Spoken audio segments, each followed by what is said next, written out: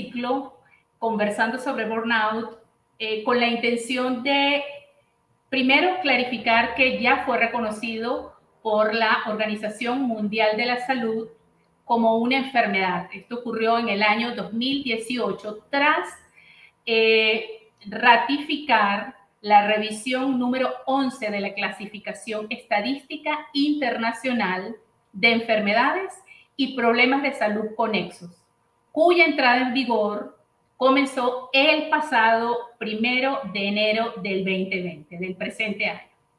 Por tal razón, Fundación Vacation is a Human Right ha decidido brindar una gran oportunidad que permita a cientos de empresas y a sus trabajadores encontrar equilibrio entre su productividad y su bienestar. Y para ello ha puesto en la escena el primer Congreso Iberoamericano contra el Burnout, que celebraremos entre el 29 de junio y el 2 de julio del próximo año 2023 en Casa de Campo La Romana, República Dominicana. Si estás interesado en información sobre este evento, este congreso, por favor, lee la información que aparece en la pantalla, visita nuestro sitio web y déjanos un mensaje que inmediatamente nuestras embajadoras te podrán responder a cualquiera de tus consultas y asegurar de que nos acompañes en esta maravillosa experiencia. Un congreso que tendrá contenido y descanso en una misma experiencia y con una misma intención. Esta iniciativa del primer Congreso Iberoamericano contra el Burnout es promovido por Vacation is a Human Right Foundation, cuya bandera es promover la pausa consciente como medio de prevención del burnout. En este ciclo de conversaciones que iniciamos, tendremos invitados especiales, tenemos profesionales de distintas ramas de la salud, así como desarrollo personal y desarrollo organizacional. Además, contaremos con impactantes testimonios de personas que han padecido esta condición y que han podido superarlo. Nos van a contar cómo lo superaron. También hablaremos sobre la relevancia de tomarnos una pausa como herramienta preventiva y esencial para la curación del burnout. Así que, sin más preámbulos, quiero comenzar esta conversación con nuestro invitado de hoy. Es un comunicador, escritor con maestría en negocios internacionales de la Universidad de EFIT. Ahora es un destacado emprendedor colombiano en el área de alta tecnología y creador de un software que emplea la inteligencia artificial para monitorear y predecir a tiempo los riesgos de salud mental en cualquier organización. Bienvenido, Juan David Gutiérrez. Qué maravilla esta iniciativa de la que vamos a conversar. Hola, Dilcia, ¿cómo estás? Muchas gracias por la invitación. Gracias a ti por estar con nosotros y sumarte a añadir riqueza a todo esto de la salud mental. Y Juan David, quiero comenzar nuestra conversación con una pregunta. ¿Qué lleva? Tienes 23 años, ¿correcto? 24. Ya tienes 24. ¿Qué lleva un emprendedor que entiendo, por supuesto, esta iniciativa comenzó hace un par de años atrás, según entiendo, que lleva a un joven de tu edad a interesarse en la salud mental? ¿Y cómo llegas al camino de integrar una solución de inteligencia artificial como medio de prevención de esta condición? Cuéntanos. Bueno, para esa pregunta hay una respuesta larga y una respuesta corta. La respuesta corta es la pandemia. La respuesta larga es que nosotros inicialmente nosotros llegamos al sector de la salud, en particular yo, debido a la gran cantidad de datos que existen en la salud y el potencial tan enorme que hay de utilizar esos datos que ya existen para optimizar los procesos de la salud, mejorar la accesibilidad, disminuir los costos y mejorar la calidad de la atención. Nosotros ya estábamos trabajando en un motor de predicción de riesgo operativo para profesionales de la salud, pero durante la pandemia todas nuestras mediciones cambiaron por completo.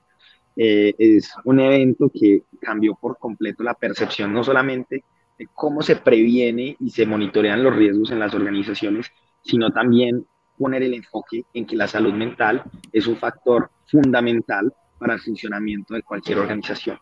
Entonces nosotros inicialmente empezamos a trabajar en salud mental cuando vimos que como consecuencia de la pandemia, la probabilidad de accidentes médicos había aumentado muchísimo.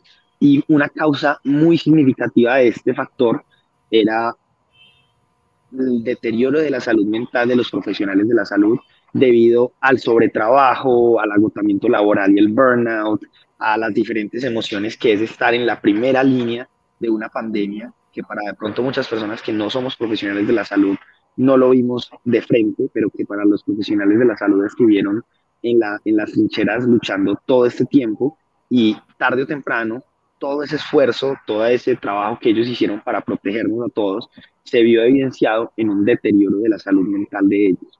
Entonces, como consecuencia de esto, cuando empezamos a observar que nuestro motor ya predecía cuál era la probabilidad de riesgo de un profesional de la salud de desarrollar problemas de salud mental o de tener una crisis de salud mental, fue que empezamos a perfeccionar nuestro modelo. Y fue así como en cuestión de 6 meses pasamos de una tasa de predicción del 70% a una tasa de predicción del 95%. Increíble. ¿Y tú has tenido alguna experiencia producto de la pandemia o agotamiento laboral o algún episodio que tú sentiste que tu salud mental estuviera comprometida? Eh, una de las razones por las que nuestro enfoque en MedBite es la prevención y Ok. no la atención post-crisis es que yo trabajé para una gran organización multinacional donde habían unas metas bastante ambiciosas y donde había una cultura laboral que incentivaba el trabajo por encima de todo y las metas por encima del bienestar. Entonces fue con la pandemia, bueno, antes de la pandemia, que yo empecé a ver, y yo ya estaba trabajando desde la casa aproximadamente 6, 8 meses antes de la pandemia, que este fenómeno del trabajo en casa, por más ventajas que tenga, también tiene el gran problema de que no estamos cerca de los compañeros de trabajo ni de los gerentes, y muchas veces esos riesgos de salud mental que existen o el burnout se vuelven secundarios a la calidad y la productividad del trabajo y cuántas horas hemos estado conectados en el computador que el bienestar nuestro. Entonces yo sufrí de burnout antes de empezar la empresa, hace mucho tiempo, cuando apenas estaba empezando mi trayectoria profesional, como nos ha pasado a muchos jóvenes profesionales que queremos entrar y queremos trabajar con toda para la nueva empresa en la que estamos trabajando, pero que rápidamente nos damos cuenta de que no son los entornos más aptos para un buen desarrollo mental. Entonces yo ya tenía esa problemática en la cabeza, pero cuando empecé a ver que los médicos estaban, al menos particularmente en Colombia, estaban muy desatendidos en el tema de salud mental, sabiendo que ellos son los que están aquí al frente de la pandemia salvando vidas, fue donde dije, tenemos desde MedBite la obligación de hacer algo. Qué bueno, Juan David, me parece fabuloso. Y que venga de gente joven, no te puedo explicar como la ilusión que me da. Y quiero añadir al comentario que estás haciendo. Entonces, tú, tú observas que los entornos laborales pueden impactar o afectar definitivamente la salud mental de los empleados o es el empleado. ¿Cómo lo ves tú? Bueno, es una combinación de ambas, porque la salud mental tiene muchísimos factores que la afectan. De hecho, nosotros analizamos más de 72 variables clínicas, sociodemográficas, laborales y de bienestar emocional. Y entre esas variables está el entorno de trabajo, la cultura laboral, la relación con los colegas, con los colaboradores, la relación con los subordinados o con los superiores. Y todos estos factores de cultura laboral afectan enormemente la probabilidad de riesgo de salud mental. Pero también hay muchísimos factores personales, familiares, económicos, incluso clínicos, genéticos, que afectan todo el tema de salud mental. Entonces, decir que la salud mental es solo afectada por el trabajo es erróneo, pero decir que el trabajo no afecta a la salud mental también lo es. Y de hecho, solamente con una variable muy importante nos sirve a nosotros eh, enormemente para poder trabajar en esta predicción del riesgo, es cuántas horas a la semana está trabajando una persona.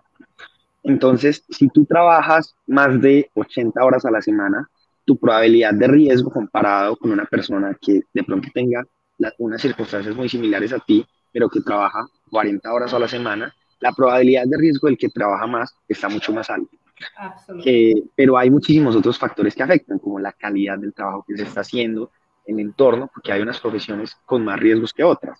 En particular, el sector de la salud, para los profesionales de la salud hay muchísimo riesgo de salud mental, para las fuerzas policíacas, para las fuerzas armadas, incluso un trabajo que de hecho antes no se consideraba como un riesgo de salud mental, son los call centers, que tienen tasas de salud mental, de riesgos de salud mental enormes y apenas están viendo el gran impacto que esta problemática está teniendo, no solamente en el bienestar de sus empleados y el bienestar de las personas que entran y trabajan en la organización, sino también en la calidad de operaciones que están dando. Correcto, correcto, totalmente. Y gracias, Juan David, porque creo que todo lo que tú estás explicando nos da contexto, porque ciertamente lo que tú estás explicando fue lo que movió a Vacation is a Human Right a tomar la iniciativa de poner la conversación sobre la mesa y promover este primer Congreso Iberoamericano contra el Burnout, que va a celebrarse del 29 de junio al 2 de julio del 2023 en Casa de Campo, República Dominicana. Y vamos a tener las dos cosas: el contenido, las herramientas, la información que necesitan tanto profesionales de recursos humanos como CEO, altos ejecutivos que son altamente susceptibles de padecer esta condición, así como profesionales de la salud, tanto física como mental, porque de alguna manera tienen algo que aportar a esta conversación. Entonces, por eso queremos hacer este primer congreso y conversar sobre el tema, y además ser congruentes con nuestra propuesta, que es toma una pausa. Y el congreso incluye la experiencia de contenido, pero también de descanso en una misma experiencia. Fantástico. Juan David, te quisiera hacer una pregunta adicional. ¿De qué manera puede ayudar a una organización esa herramienta que tú creaste? De forma como clara, específica, si alguien escuchara de tu herramienta, ¿cómo le puede ayudar concretamente? Bueno, velar efectivamente por el bienestar mental de una comunidad grande es una tarea tremenda. Es como velar por la salud de las personas, que también es una tarea enorme, con la dificultad de que muchos de los problemas que existen no son evidentes, o que las personas son menos participativas, porque muchas veces las personas, no sé, se caen y se les parte un brazo o van directo al médico, pero de pronto tienen ansiedad o depresión y lo último que hacen es ir a un profesional de la salud, a un psicólogo que los pueda ayudar. Entonces es una tarea impresionante y extremadamente difícil, y lo que nosotros hacemos es facilitar el proceso de esa tarea utilizando tecnología para automatizar ciertas partes del proceso. Entonces lo que nosotros hacemos es ofrecerle a las organizaciones, que pueden ser empresas que quieren bienestar para sus empleados, como universidades que quieren bienestar para sus estudiantes, o colegios o aseguradoras que quieren bienestar para sus afiliados. Lo que nosotros hacemos es darle a todos sus miembros de esa comunidad una red de apoyo inteligente, y se llama Mía, nuestro chatbot con inteligencia artificial. Y lo que hace Mía es contactar automáticamente a las personas de la organización, tener una breve conversación con ellos entre 30 y 60 segundos sobre sus sentimientos, sobre cómo se siente, y a partir de esa conversación, Mía realiza una predicción de la probabilidad de riesgo hasta 6 meses. Y se generan alertas automáticas que un departamento encargado de bienestar mental, de salud y seguridad en el trabajo o de bienestar estudiantil está utilizando para cuando llegan esas alertas en cuestión de segundos, pueda un profesional de la salud o llamar o citar a una consulta o intervenir de forma temprana y preventiva. Entonces, nosotros no solamente hacemos esa predicción inicial, sino que nosotros acompañamos a los pacientes alrededor de todo su proceso mientras están en la organización.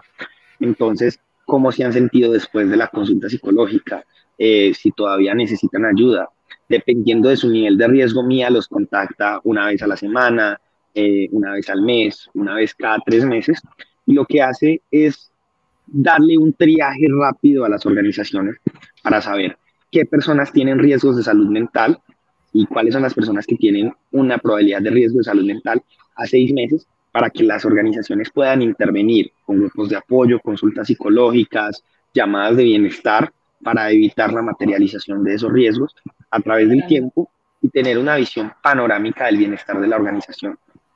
Fantástico.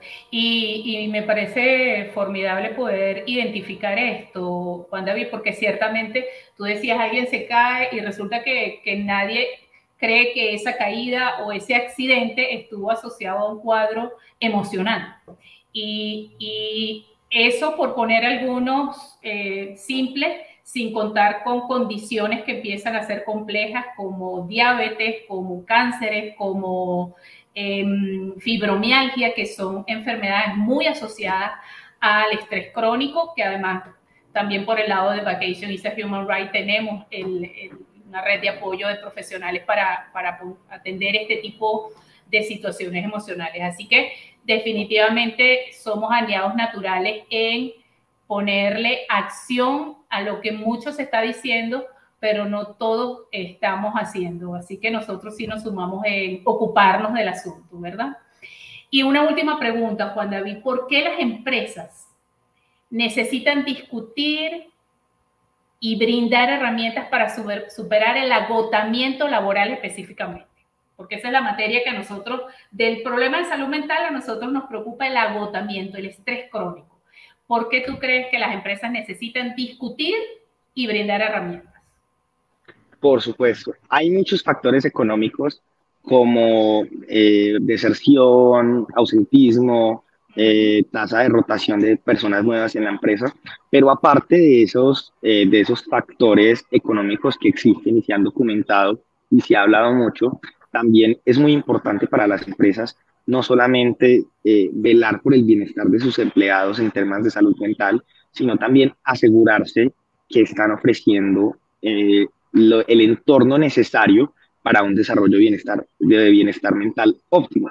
Entonces las organizaciones no solamente tienen un incentivo económico, sino que también tienen un incentivo social de preservar el bienestar de sus empleados y también de sus afiliados y de las personas que hacen parte de su comunidad, para no solamente evitar la materialización de esos costos, sino para evitar el deterioro de la salud mental de su población. Y de hecho, nos hemos dado cuenta nosotros que al ofrecer una red de apoyo a las personas de una organización, se aumenta muchísimo la satisfacción laboral de las personas en esa organización.